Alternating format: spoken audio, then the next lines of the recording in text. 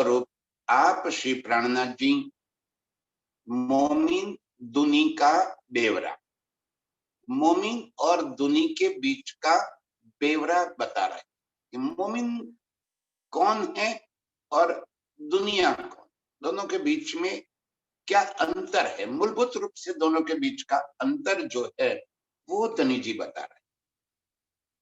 बार बार ये समझा रहा कि कौन दुनिया है, ये जानने से हमें कोई फर्क नहीं पड़ता, हमें उस जानने में कोई इंटरेस्ट नहीं होना चाहिए। हमें अपने बारे में रस है, हमें अपनी जागनी यात्रा, हमें अपने दिल की परवाह है। बस धनी जी ये बेवरा अपने भीतर झांकने के लिए बता रहे हैं कि तेरे भीतर क्या मनोमंथन चल रही है। मोमिन दुनी का बेवरा, क्योंकि जागनी यात्रा तो अपनी स्व यात्रा है, अपनी यात्रा है, और हमें अपना ही देखना है, अपने भीतर ही झांकना है कि फर्क क्या है। जो दुनिया कुन्न से पैदा हुई वो क्या करेंगे। मोमिन उतरे अर्श अजीम से, कहां से मोमिन आए, उनकी सुरता अखंड परमधाम से इस खेल के अंदर यहां पे आई, तो उनका ध्यान, उनका लक्ष्य अपने मूल स्वरूप के प्रति ही रहेगा। इस संसार की यात्रा के दरमियान जो भी अनुभव होगा, जो भी परिस्थितियों से उनको गुजरना होगा, उन सारी परिस्थितियों के बीच में, सारे अनुभवों के बीच में उनकी सुरता अर्श में अपने निज स्वरूप से लगी रहेगी। और दुनी क्या करेगी, उनके संग जिद करेगी, बहस करेगी। ये बातें कभी वो स्वीकार नहीं करेंगे। यदि हम भी इन बातों को स्वीकार करने के बजाय फिजूल के बेमतलब विवाद करते रहते हैं, तो हम कौन हैं इस स्वयं को हमें पहचान लेना है कि हम क्या कर रहे हैं। ये लक्षण तो ब्रह्म सृष्टियों के नहीं हो सकते। छोटी छोटी बातों के ऊपर जिद कर देना, नहीं ऐसी ही बात है, ऐसा ही है, अपनी ही बातों को किसी और के ऊपर जबरदस्ती थोपते रहना, ये भी तो जिद है। मैं जो कह रहा हूं वो ही सच है, ये भी तो जिद है। मोमिनों के लक्षण नहीं है। मैंने जो कहा किसी को स्वीकार हुआ तो भी खुश, न हुआ तो भी खुश। मंथन करना और बात है, जिद करना बेफिजूल की,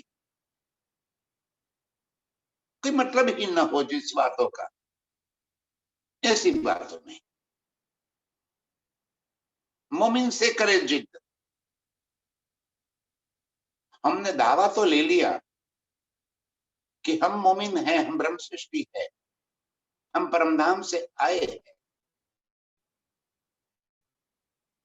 ये पूरे प्रकरण के अंदर प्रीतम हमें इसी बात की ओर निर्देश दे रहे हैं कि जब तू ब्रह्म सृष्टि है, तो दावा ले लिया कि मैं मोमिन हूं, तो मोमिन के लक्षण क्या होने चाहिए, कैसे होते हैं मोमिन, ये बात प्रीतम बता रहे हैं। मोमिन उतरे अर्श अजीम से, दुनी 300 करे जिद। छोटी छोटी बातों के ऊपर हम जो कह रहे हैं वही सच है, आपकी बात स्वीकार ही न करें, मोमिनों से कोई फर्क नहीं पड़ेगा, कोई स्वीकार करे या ना करे, इनको क्या फर्क पड़ जाएगा। धनी ने कह दिया कि वो जहां का है उस वहां का ही लक्ष्य उनका वहां रहेगा, क्योंकि ये अर्श से आए और उनका नाता हक से है। और दुनी कुन्न से पैदा हुई, उनका नाता निराकार से है। तो जिनका नाता ही निराकार से है, वो अर्श की बातों को कैसे समझ पाएंगे? बेशक होकर जब तक इन बातों को दिल में धारण करके, धारण करने के लिए भी बेशक होना बहुत जरूरी है। बेशक होकर और चितवन से जो प्रीतम के निज स्वरूप के संग जुड़ जाए, जिसके हृदय में हक सूरत बसे, जिसके चित्त में हक सूरत चुभे। चुभने का मतलब कि वो हक सूरत उसके दिल के अंदर बस जाए। अर्श दिल मोमिन, उस दिल को जिसमें अर्श बसा हो, तभी तो अर्श दिल कहा जाएगा। जिसके चित्त में अर्श के सारी लीलाएं बसी हुई हो, जिसके चित्त में 25 पक्षों की सारी शोभा बस गई हो, प्रीतम के संग खिलवत की सारी लीलाएं बसी हुई हो, वो मोमिन है।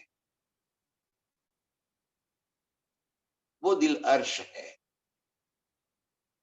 दुनी दिल अबलिस का, शैतान का बासा, दज्जाल जहां बैठा है, जो मन के मुताबिक चलने वाले हैं, और मन ही तो उनको भ्रमित कर रहा है। ब्रह्मा जी के मानस पुत्र को, संकादिकों को मन ने ही तो भ्रमित किया।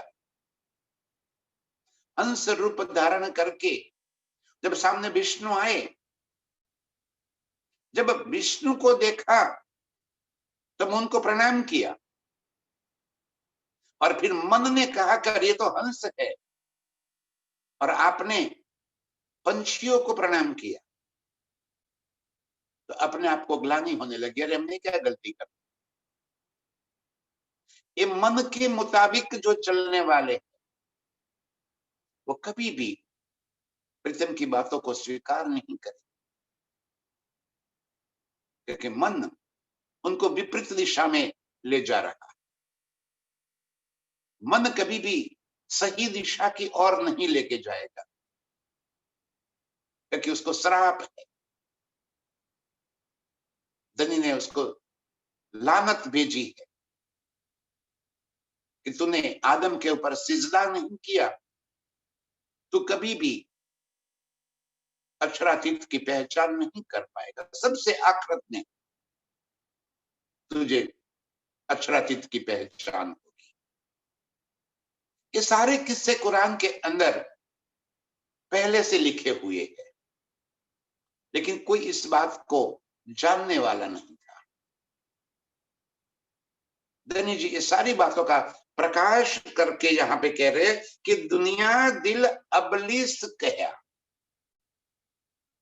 दुनिया के जितनी भी जीव सृष्टि है, उनके दिल को दज्जाल का घर कह दिया, शैतान का बासा कह दिया, मन के मुताबिक चलने वाले कह दिया। जो निराकार के अंदर की पैदाइश है, वो कभी भी निराकार के पार की बातें न सुन पाएंगे न समझ पाएंगे। बहस करते रहेंगे आपसे, हाँ आपके राज्य बड़े हो गए और हमारे भगवान छोटे हो गए, ऐसा कहीं होता है? उनको दिमाग में बात उतरेंगे ही नहीं। मोमिनों के बीच रहकर भी राज्य को भी दुनिया के भगवानों की लाइन में रखते, राज्य के पास बिठा के भी दुनिया की चाहते ही मांगते रहे। उनका काम ही मांगना, वृत्ति ही याचक वृत्ति हो गई।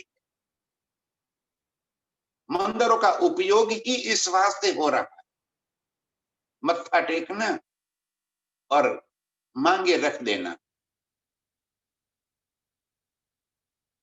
प्रीतम को भी उन्होंने दुनिया के देवी देवताओं के समकक्ष बना दिया। आपके भगवान वो है तो हमारे भगवान राजी हो गए, क्योंकि उनके दिल पर शैतान बैठा है। दुनी दिल पर अबलीस कहा, धनी ने कहा कि दुनिया के जीवों के दिल के ऊपर इस तरह से शैतान का बासा है। और हवा और हक अर्श दिल मोमिन, हक और अर्श, जहां हक है वहां अर्श है, जहां अर्श है वहां हक है। हक और अर्श दो चीज थोड़ी है। हक अर्श दिल मोमिन, मोमिनों के दिल में मेरे प्रीतम का स्वरूप और अर्श की लीलाएं ही तो बसी हो। उनको इस दुनिया की कोई परवाह ही ना होती, न कोई उनके दिल में चाहते भरी हो। एक एक करके उनकी सारी चाहते समाप्त हो जाए। न तो पद चाहिए, न प्रतिष्ठा चाहिए, न संसार के किसी मोह से आधीन हो जाए।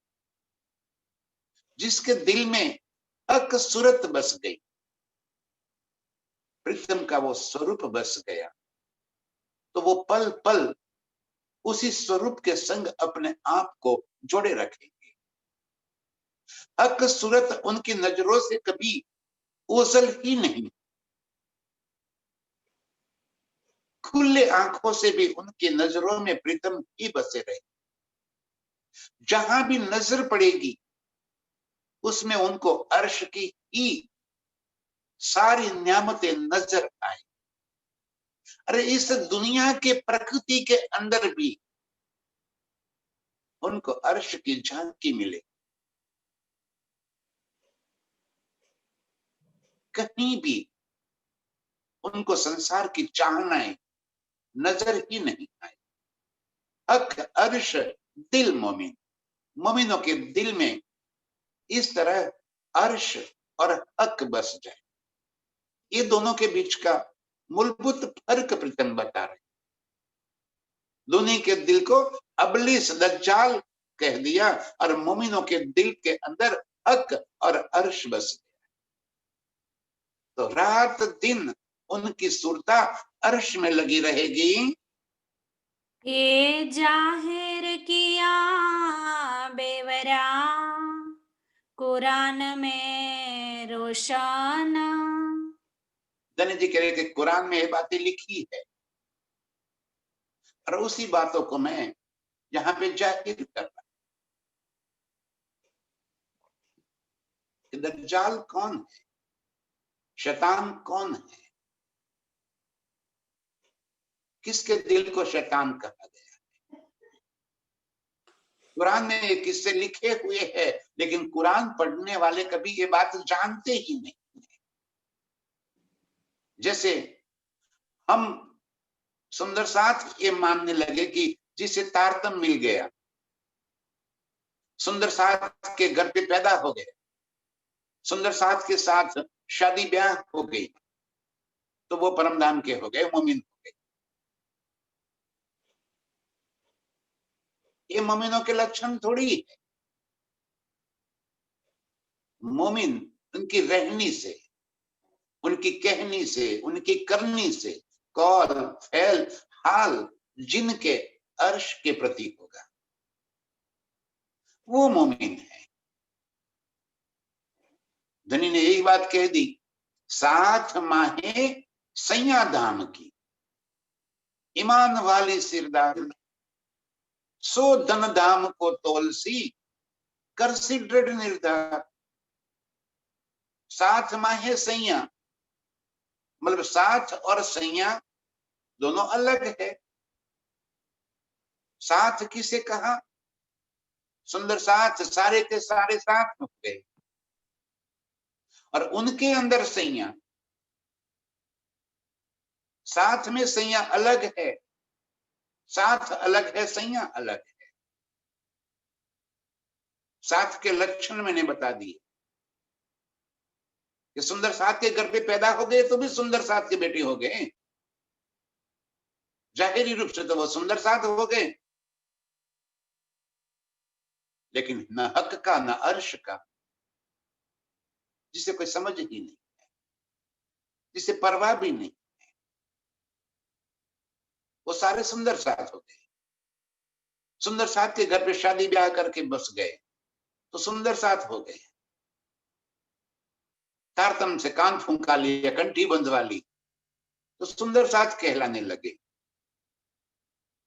तो साथ के अंदर सैया ब्रह्म सृष्टिया अलग है।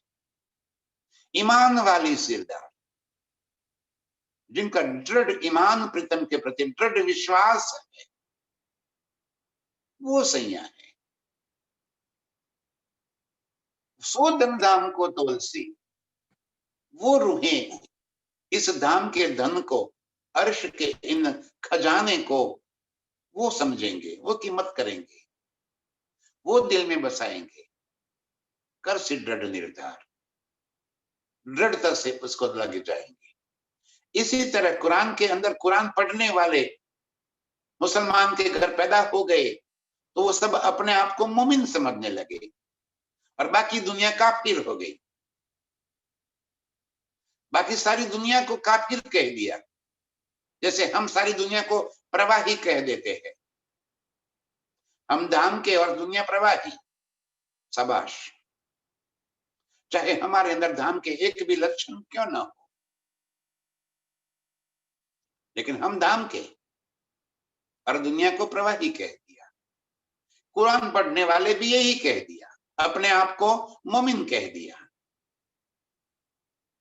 धनी जी कह रहे कि कुरान के एक किस्से, कुरान के अंदर ये बातें लिखी हुई है और कुरान पढ़ने वाले कभी इस बात को समझ ही नहीं पाए कि दज्जाल कौन है, काफिर कौन है और मोमिन कौन है। जिनके दिल में हक सूरत बसी है, जिस दिल में अर्श बसा हुआ, अर्श कोई स्थूल रूप से थोड़ी, अर्श हक के अंग के नूर का ही तो जहूर है। हक का नूर ही तो पूरा अर्श है और अर्श सारा चेतन। और अर्श है क्यों, आवश्यकता क्या है? तो सारा अर्श खिलवत खाना है। अर्श है ही खिलवत। जब हम उसी विशाल दृष्टिकोण से देखेंगे तो अर्श की एक एक लीलाएं हमारी खिलवत की लीलाएं हैं। अर्श का एक एक स्थान हमारा खिलवत खाना है। ये कोई सिर्फ शोभा के लिए या रूहों के दिल को बहलाने के लिए थोड़ी स्वरूप है। वो स्वरूप रूहों के दिल को नहीं बहला सकते।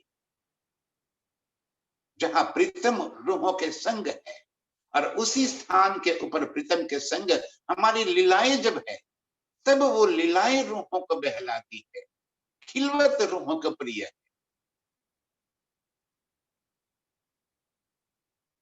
जैसे जैसे हम अर्श की बातों को दिल में बसाते जाएंगे, ऐसे ऐसे और कई मक्खन निकलता चला जाएगा।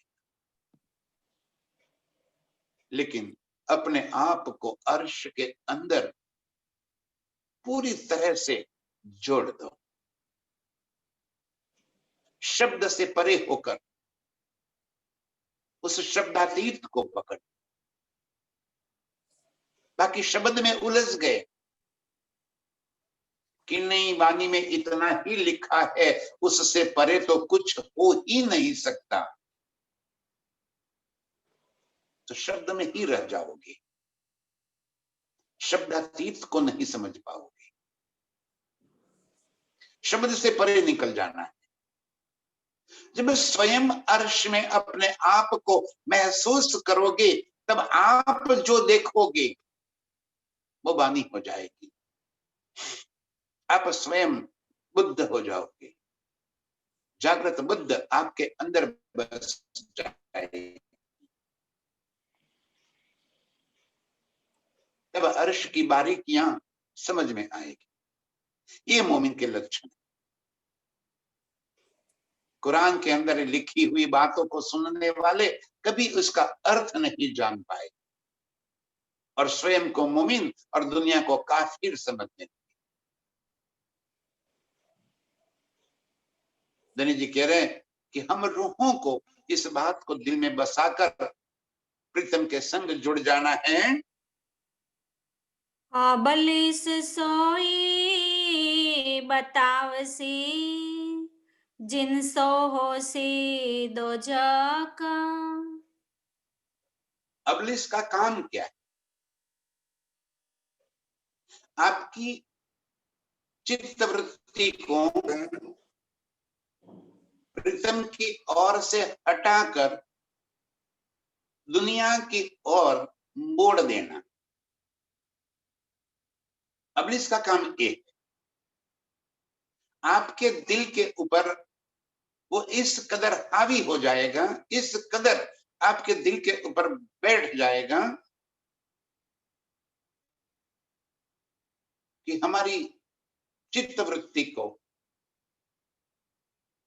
प्रीतम की ओर से हटाकर संसार के मोह में, संसार की लालसाओं में, इन अपेक्षाओं में, चाहतों में डुबा दे। उसका काम ही एक है कि हमें प्रीतम की ओर लक्ष्य करने ही न दे, हमारे सामने इस कदर के सुख रख दे कि हम उसी की ओर आकर्षित हो जाए।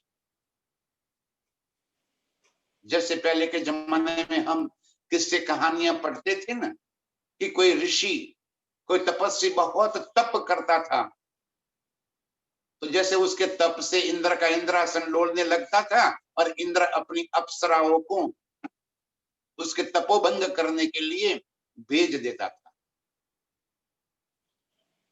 ये अप्सराएं क्या है? नित्यांगनाएं थोड़ी है अप्सरा।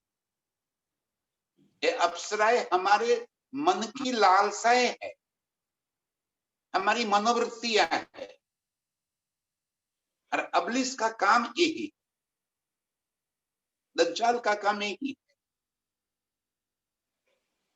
कि जब भी आपका प्रीतम के संग संबंध जुड़ जाए, नजरों में संसार आ जाए,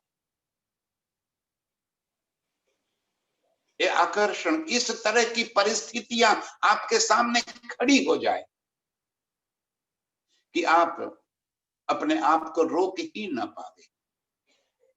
आपके परिवार के अंदर इस तरह की परिस्थितियां हो जाए, आपके आसपास की दुनिया में इस तरह की परिस्थितियां हो जाए कि आप राज्य की ओर से नजर हट जाए और संसार के प्रति आपकी नजर हट जाए। ये अबलिस का काम, क्योंकि उसको एक ही काम मिला है कि मोमिनों को और दुनिया को राज्य की पहचान न होने देना। अजाजिल को कह दिया ना राज्य ने कि जा तुझे सबसे आखिरत में मेरी पहचान हो,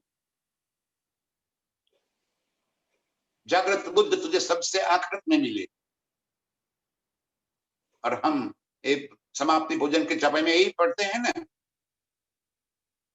कि आखिरत में जाए जागृत बुद्ध अजाजिल को मिली और उसकी आत्म जागृत हो गई। तो वो अपने मन को, अपने मन के ऊपर, सारी दुनिया के जीवों के मन के ऊपर उसका कंट्रोल है। तो मन के अंदर उसने इस तरह की बातें भर दी कि वो प्रीतम की ओर कभी नजर ही न कर सके। अबलिस सोई बतावसी जिनसो होसी दो झक। हमारे चित्त वृत्तियों को इस तरफ मोड़ देंगे कि हम अर्श से दूर होते चले जाए, प्रीतम की सूरत से दूर होते चले और संसार की चाहतों में हम डूब जाए। दोजख इसे कहा है, पश्चाताप की अग्नि में जलना पड़े। जब आखिरत का समय हो जाए ना, तब हम एक पलक के अंदर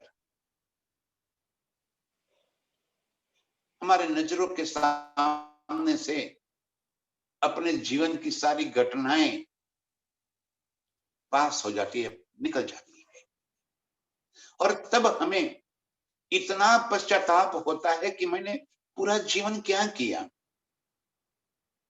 कि मानव तन मुझे क्यों मिला था और मैंने उसका उपयोग क्या कर दिया। प्रीतम को पहचान करने के वास्ते मुझे सारी सुविधा मिल गई और फिर भी मैं उसका उपयोग न कर पाया। ये मानव तन मिला हमें, ये सिर्फ इस संसार के 4 कार्य भय, निंद्रा, आहार और मैथुन, इसके वास्ते नहीं मिले। उससे परे होकर, उससे आगे प्रीतम की पहचान के वास्ते ये चारों तो प्रकृति के गुण हैं, वो तो रहेंगे ही रहेंगे, उससे हमें कोई फर्क नहीं पड़ेगा, इससे हम विचलित नहीं होंगे।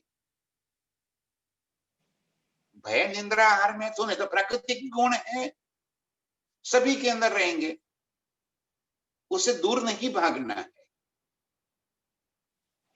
लेकिन उसके साथ साथ जो विशेष बात हमें मिल गई, और ये है ब्रह्म ज्ञान, ये वाणी मिल गई हमें, और इस वाणी के वास्ते हम जानते हैं कि कई कितनों ने कितने कष्ट उठाए। ये ब्रह्म ज्ञान पाने के लिए सतयुग से लेकर आज तक कितने ऋषि मुनि, तपस्वी, अवतार, पैगंबर, तीर्थंकर, सभी ने कितने प्रयास किए। ये निराकार से परे क्या है, ये जानने के लिए कितनों ने कितनी खोज की, खोज खोज के हारे, कोई एक शब्द नहीं पा पाए। और मेरे प्राण वल्लभ प्रीतम ने हमें अपने घर आकर, अपने दिल में बस कर ये सारी बातें बता दी, अर्श का खजाना खोल दिया। इतना सब कुछ होने के बावजूद यदि हमें हमारी चित्त वृत्तियां को अर्श के बजाय दुनिया की चाहतों में लगती है, तो हमारे चित्त के ऊपर अबलीस बैठा हुआ है। ये काम है अबलीस का, मोमिनों को राह भटका देना, हमें ऐसे किसी व्यक्तियों से मिलन करा दे जो हमें राह भटका दे, ऐसे चमत्कारों से मिलवा दे कि हम चमत्कारों में भटक जाए। आहा, ये फला तो बहुत चमत्कारिक है, फलानी बातें बहुत चमत्कारिक है, ये पढ़ लेने से, इसके जाप करने से सारी मुसीबतें दूर हो जाती है। दृढ़ ईमान। देवचंद्र जी को जब राधा वल्लभी मार्ग के अंदर गए, वहीं पे उनको मंत्र दे दिया गया, बज मंत्री वृंदावन कुंज बिहारी नित्य विलास। ठीक है, तारतम नहीं था, लेकिन उसके प्रति उनका ईमान कितना दृढ़ था।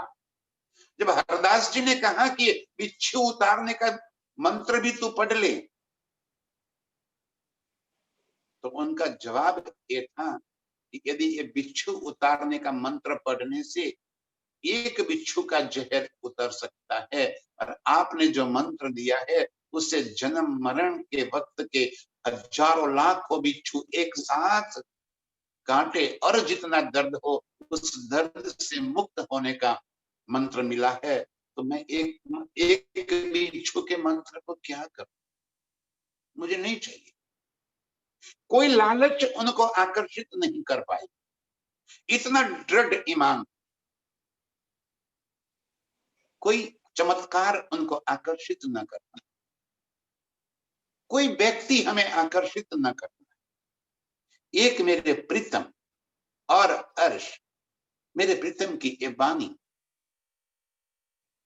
वही हमारे लिए पर्याप्त है। इब्लिस का काम ही है हमारे मन को भटका देना, हमें भटका देना, हमारी लक्ष्य को भ्रमित कर देना। धनी जी यही फरमा रहे हैं, अबलिस सोई बतावसी जिन सो होसी जग।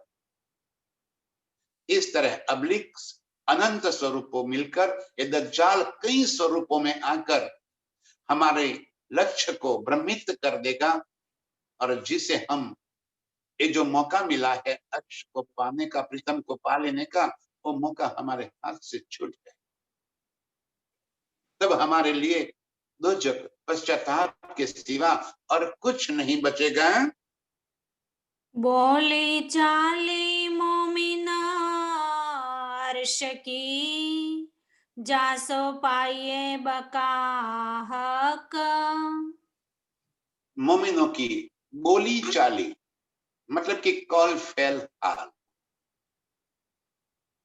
उनकी रहनी, उनका वर्तन अर्श के होंगे। जिस कदर अर्श में हम दिल में प्रीतम के प्रति प्यार भरते हुए अपार इश्क से लबालब होते हुए प्रीतम के संग लीलाएं में जुड़ जाते हैं, इसी तरह यहां भी इस खेल में भी हमारे चित्त में प्रीतम के प्रति प्यार प्रेम के बिना और कुछ भी नहीं बचेगा। होए रहिए प्रेम के स्वरूप।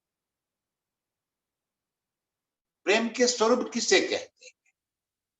जिस दिल में कहीं द्वेष न हो, जिस दिल में किसी के प्रति भी ईर्ष्या न हो, बैर न हो, तभी तो प्रेम प्रकट होगा। यदि कहीं थोड़ा सा भी द्वेष ईर्ष्या भरी पड़ी है तो प्रेम कहां से होगा? इसमें 99% नहीं होता है, 100% चाहिए। प्रीतम के प्रति 100% प्रेम चाहिए। दिल हमारा प्रेम का स्वरूप बन जाए। बोली चाली मोमिन अर्श की, मोमिन की बोल चाल भाषा, जहां भी बैठेंगे बातें क्या होगी? प्रीतम। दुनियादारी से क्या लेना? एक ही लक्ष्य है जिनका। जब आप इंद्रावती की आत्म महाराज ठाकुर देवचंद्र जी से तारतम की बात समझने के बाद दिल में एक चाहत आ गई कि मुझे राज्य क्यों नहीं दिखते। तो यदि कहीं जा रहे हैं और सामने से कोई परिचित व्यक्ति आ भी रहा है तो वो रास्ता बदल देते थे ताकि इसके साथ मुझे कोई बातें ना करनी पड़े। मोमिनों से ही बातें, अर्श की बातें करनी है, दुनियादारी से कोई बातों से मतलब ही ना। बोली चाली अर्श की, उनका व्यवहार, उनकी रहन सहन अर्श के मोमिनों के विचार उनके इस तरह के हो जाएंगे कि और कोई बात दिल में बसे ही नहीं। जासो पाइए बका हक, वो बातें करनी है जिससे मुझे मेरे प्रीतम मिले, वो बातें मुझे समझनी है जिससे मुझे राज्य की पहचान हो। वो बातें करनी है जिससे मुझे राज्य के प्रति प्रेम प्रगटे, वो बातें करनी है मुझे जिससे मेरे सुंदर साथ को ये सुख मिले, जीवन धन्य हो जाए। बोली चाली रूहों की अर्श, जासो पाइये हक, जिससे प्रीतम से मिलन की उम्मीदें जग जाए। वो बातें रूहों के मुख से निकले, वो उनकी रहनी हो जाए, उनको दुनियादारी से कोई मतलब ही नहीं होगा। बैठे बातें करे बकारश की, सोई बिस्त भई बैठक। वो जहां बैठकर बातें करेंगे उन बातों में अर्श और प्रीतम, उनके सिवा तो कोई बातें हो ही नहीं सकती, तो वो ही बैठक उनकी बिस्त की होगी। बिस्त की बैठक इसलिए कहा कि बेहद मंडल में ये अर्श, इस खेल के जो अवगुण हैं वो तो वहां नहीं होंगे, क्योंकि बेहद मंडल भी अद्वैत है, और अद्वैत में एक रूपता होती है। जब एक रूपता होवे तो कौन किसका द्वेष करे, कौन किसकी ईर्ष्या करे।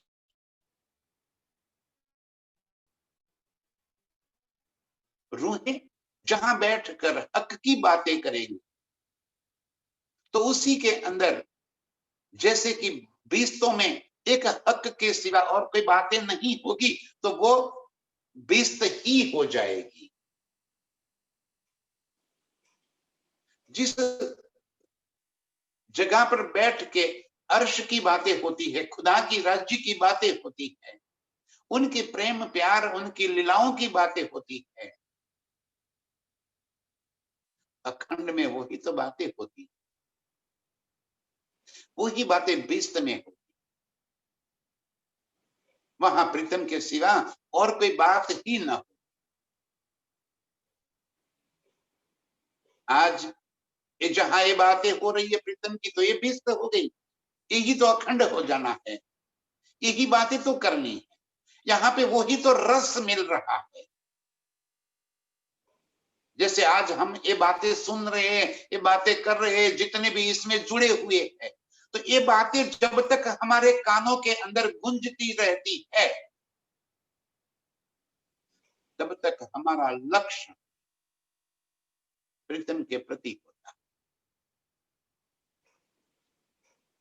अर्श के किसी भी एक स्थान का नाम सुनते ही, जैसे कि मूल मिलावा तो शब्द सुन लिया और उसी पल हमारी सुरताएं मूल मिलावे में मंडरा रही होती है। उसी पल हमें वो 64 स्तंभ चबूतरा, गीलम, चंद्रवा, सामने मेरे प्रीतम, प्रीतम का सुंदर स्वरूप, चारों ओर जलहलाट, कितनी रोशनी, कितनी सुंदरता, मूल मिलावे का सारा दृश्य हमारी नजरों के सामने, जैसे हम अपने आप को मूल मिलावे में बैठकर चारों तरफ देख रहे हैं। बाहरी हार दीवारों के ऊपर इस कदर चलचित्र दौड़ रहे हैं, सारी हमारी लीलाएं वहां प्रतिबिंबित हो रही है। वहीं पे ही जल जैसे बह रहा है, समुन्द्र जैसे वहीं पे उछाले मार रहा है, वन लहरा रहे हैं, पशु पंछी दौड़ रहे हैं। देखो तो सही मूल मिलावे की ये शोभा, सिर्फ एक शब्द कान में आते ही हमारी सुरता वहीं पे पहुंच जाती है। तो यही तो अखंड की बात, यही तो सुरता हमारी वहीं पे पहुंच गई, यही बिस्त हो गई। बस इस कदर हर्ष के 25 पक्षों में कहीं भी एक शब्द सुनते ही सुरता हमारी वहीं पे चली और हम अपने आप को हर्ष में इस तरह से महसूस करते हैं कि जो देख रहे हैं वही शब्द हमारे मुख से निकल। ये हो गई पीस। बैठे बातें करे बका अर्श की, रूहों की बैठक में जहां रूहें बैठेगी तो वहां अर्श के अलावा और क्या बातें करे। ये बातें हो गई पीस, ये बातें अखंड हो जाए, क्योंकि रूहों की बैठक में और कोई बात हो ही नहीं सकती। ये सुख अर्श के जो है वो उसी पल हमारे नजरों के सामने से गुजरते रहते हैं। दूनी बातें करे दूनी की, आखिर तित दोजक। दुनी बातें करे दुनी की, दुनिया के लोग जहां बैठेंगे वहां बातें क्या होगी? द्वेष, ईर्ष्या, बैर, चैर, संसार की कामनाएं, चाहनाएं, और क्या बातें होगी? अरे कहीं पवित्र स्थान भी हो गया और वहीं जाके भी यदि ये दुनिया की बातें हो रही है तो वो दोजक है। वही तो पश्चाताप है कि हम यहां आए क्यों। यदि वहां जाके भी हमारा लक्ष्य न बदला, हमारी चित्त वृत्तियों में बदलाव न आया तो दोजक है। दुनी बातें करे दुनी की, इकट्ठे होकर बातें क्या करेंगे? दुनियादारी की ही तो बातें होगी, तो वही तो दोजक है। मेरे प्रीतम के सिवा और जितनी भी बातें हो जाए, आत्म जागृति के सिवा की जितनी भी बातें हो जाए, वो सारी बातें दोजक की। कि मैंने मेरा समय बर्बाद कर दिया, मुझे जो कुछ प्राप्त करना था वो करना किया, दुनियादारी में उलझ गई। ये दोजक है जहां पश्चाताप के सिवा और कुछ न बचे। मोमिनों की बैठक में अर्श की बातें, मोमिनों की सुरता अर्श में फिरे। एक पलक चितवन कोई भारी काम थोड़ी है। रूहों के वास्ते, मोमिनों के वास्ते अर्श के अंदर अपने चित्त वृत्तियों को विचरण कर देना कोई मुश्किल काम थोड़ी है। मोमिनों का काम ही एक, मोमिन बातें करे अर्श और दुनिया बातें करे दुनी की। अब पहचान लो अपने आप को कि हम क्या करते हैं। क्या हमारे मुख से हर पल जहां भी बैठे बातें यही निकलती है? तो हम अर्श के हैं। और कब ये चर्चा खत्म हो जाए और कब दुनियादारी की बातों में लग जाए, तो पहचान लो कि हम कौन है। ये शब्द सुनते ही यदि हमारी चित्तवृत्तियां अर्श के ओर न मुड़ जाए, हमारे दिल, देखो ये बातें सारी दिल की है। मुख से हम कुछ भी करें, भीतर क्या चल रहा है, क्योंकि राजी तो भीतर बैठे हैं ना, और दिल की बातें जानते हैं। जुबान से तो हम बड़े एक्टर है, बड़े एक्टर है। हमारे बाह्य रूप में तो हम किसी बहुरूपिया को भी मात दे देवे, इतनी एक्टिंग करेंगे, ऐसा लगे कि आहा हा हा, ये तो कितनी पवित्र आत्माएं है, ब्रह्म सृष्टि मोमिन है। दिल के भीतर क्या चल रहा है वो मेरे प्रीतम जानते हैं।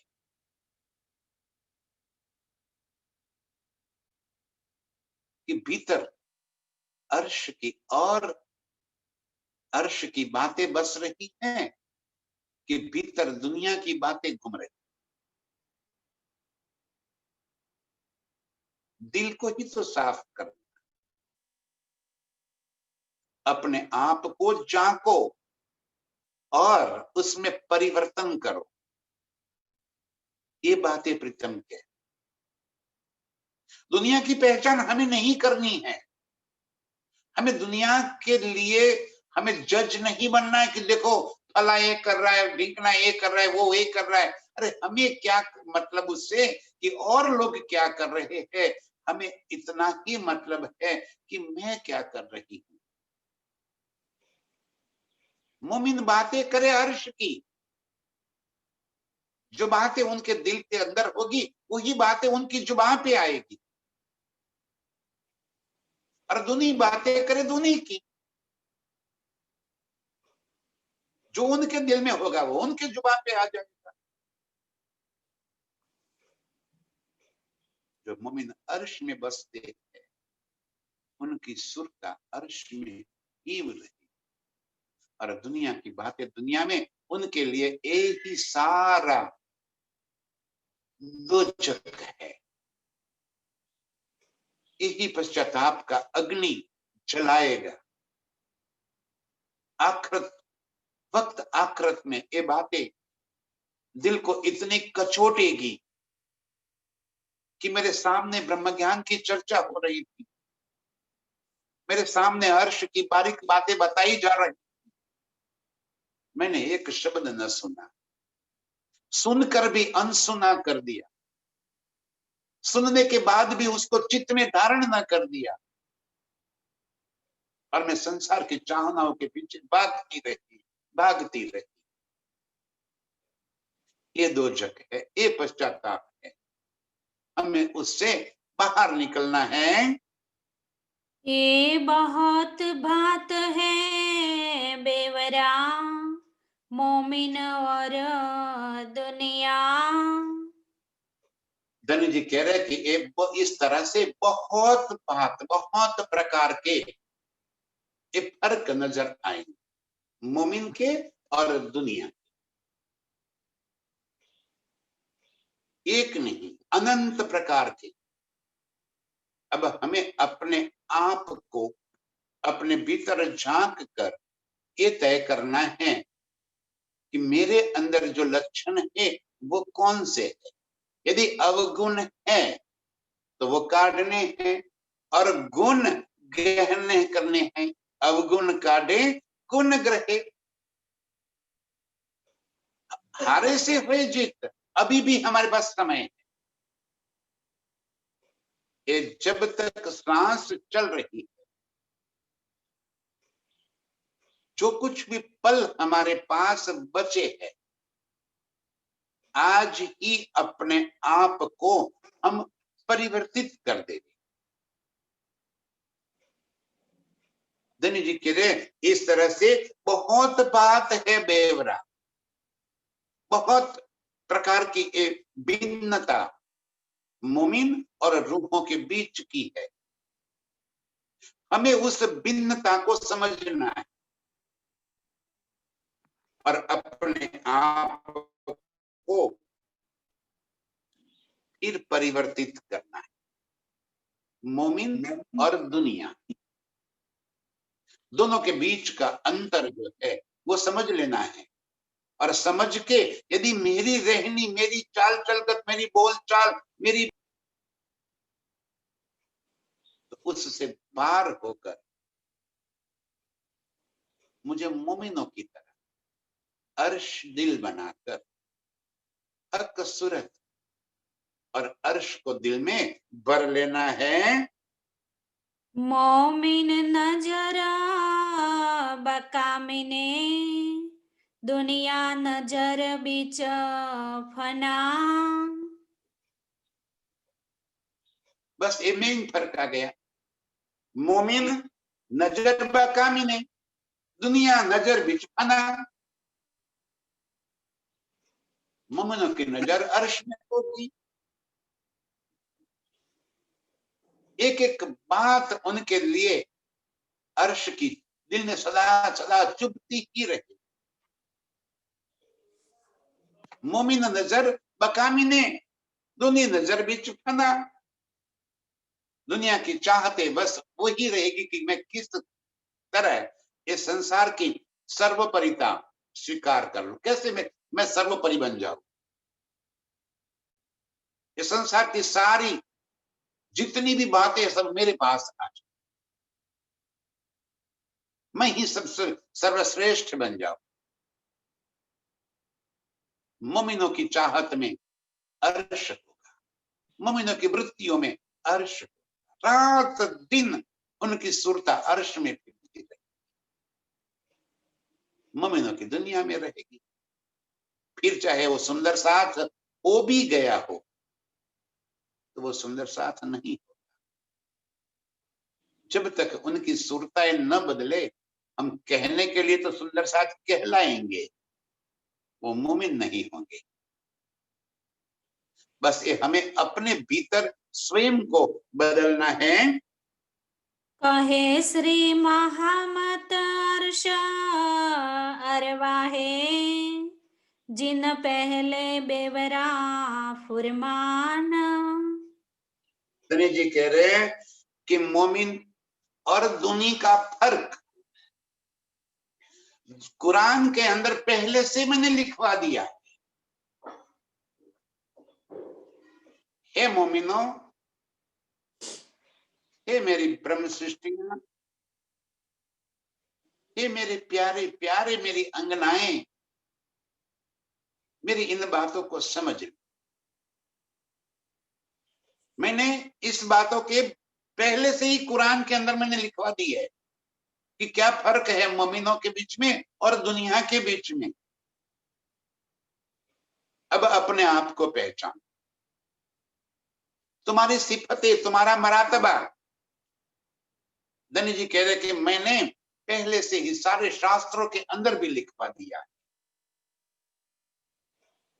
हिंदू शास्त्रों में ब्रह्म सृष्टियां ब्रह्म मुनि करके इनकी बातें लिख दी कि उनकी चाल चलत कैसी होगी, उनकी कौल चल हाल, उनकी रहनी कैसी होगी। उनकी चाहते संसार के प्रति जरा भी न लगकर अर्श की ओर लगी रहेगी। पहले से मैंने लिखवा दिया है। वो सब इशारे मैंने आपके वास्ते लिखे हैं। अब आप इस कसौटी में खरे उतर जाओ, उस कसौटी में पास हो जाओ और अपने आप को मोमिन ब्रह्म सृष्टि के रूप में प्रस्थापित कर लो। जिन हुई हक हिदायत सोई बातुन करे बयान। इस कदर जिसे हक हिदायत, मानो कि मेरे प्रीतम का एक इल्म, जागृत बुद्ध की बातें, हक हिदायत, राज्य की सिखापन जिसे मिल गई है, राज्य ने जिसके वास्ते ये सारी बातें लिख कर दे दी और जो ये बातों को समझ गया, ये जागृत बुद्ध की बातें जिसने अपने दिल के अंदर धारण कर ली, सोई बातुन करे बयान, वो मेरे प्रीतम के दिल की बातों को यहाँ करेगा। वो ही मेरे प्रीतम के दिल की बातों को बयान करेगा, जाहिर करेगा। वो ही अर्श की बातों को समझ ले। वो कहीं कोई पचड़े में बिना पड़े अपने आप को प्रीतम के संग जोड़ देगा। सोई बातुन करे बयान। बातुन क्या है? अर्श के मारिफत, हकीकत, वाहिदत, खिलवत, निस्बत, ये बातुन है। सोई बातुन करे बयान। प्रीतम के दिल की बातें जो है वो बातुन है। वो बातुन बातें बयान, वो बातुन बातों में उसी में डूबता चला जाएगा। उसके दिल के भीतर हक, सूरत और अर्श और कुछ नहीं बचेगा। वो मोमिन है, वो ब्रह्म सृष्टि है। हम अपने आप को अपने भीतर झांके, दुनिया के जो लक्षण प्रीतम ने बताए हैं, यदि एक भी अवगुण हमारे अंदर भरा पड़ा है तो वो निकाले, प्रीतम के स्वरूप को दिल में बसाकर अपनी सुरता को अर्श में जगा दे। इस वास्ते ये मोमिन दुनिया का बेवरा बताया। दुनिया को कोई हल्का बताने के लिए और हम बहुत भारी है इस वास्ते के लिए, अहंकार पैदा करने के वास्ते नहीं बताया। लेकिन यदि हमारे कॉल हाल हमारे भीतर कहीं भी दुनिया के इस तरह के लक्षण है तो हम उससे बचकर निकल जाए, अपने आप को पहचान कर ले कि मैं तो ब्रह्म सृष्टि राज्य की अंगना हूं, अर्श से आई हूं। जब मैं अर्श से आई हूं तो मुझे तो ऐसा नहीं चाहिए। बस इसी तरह अपने आप को पहचान कर अपने निज स्वरूप में जागृत होने वाली सभी रूहों के चरणों में कोटि कोटि प्रणाम। प्रणाम सुंदर।